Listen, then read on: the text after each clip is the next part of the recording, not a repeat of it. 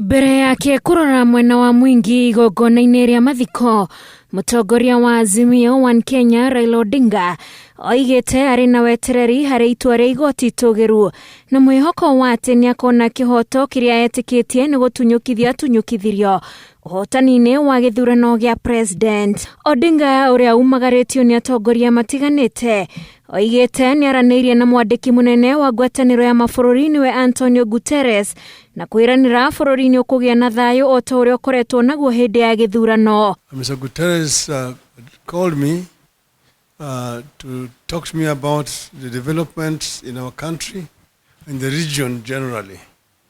I briefed him about what has happened in our country, the outcome of our general elections and the processes that we have initiated to get a satisfactory solution to this problem.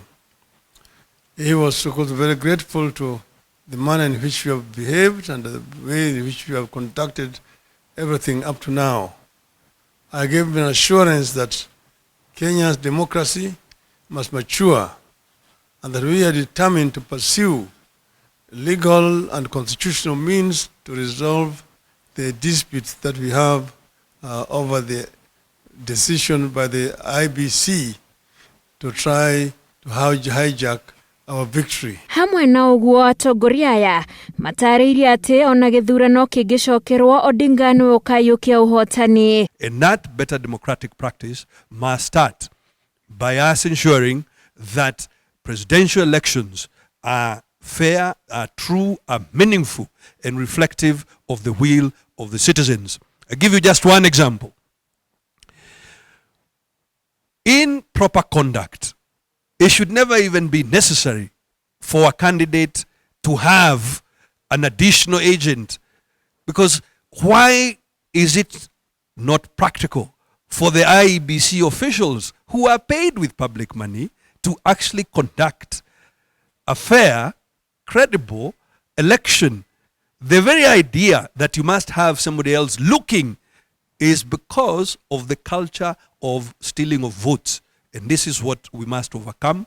And therefore, we want to encourage the country that we as Azimio encourage everybody to join with us to build a truly democratic country. Though we know we have a strong watertight case, and we are prepared to go for a rerun. And we know when we go for rerun, Baba will be the fifth.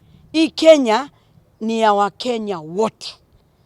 Na kile Wakenya waliamua sio bile IBC imeamua.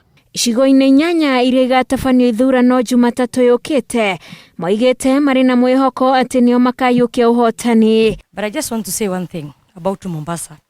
As all of us are going to Mombasa and Kakamega to make sure that those are our traditional seats and we bring it home. We are aware Kenya Kwanza is trying to reach out to those other people who are either independent or those who lost elections so that they can try and create the image that they are the winning side. Hĩndĩ ĩno atongoria aya nĩmorĩtie arũmĩrĩri ao arĩa maikĩirie Odinga kura milioni 3 kũgĩa na wetereri o ũndũ ũmwe na kũigithia thayũ rĩrĩ cira wa moimĩrĩra ma gĩturwa gĩa president ũkanjĩrĩria kiumia tũrorete.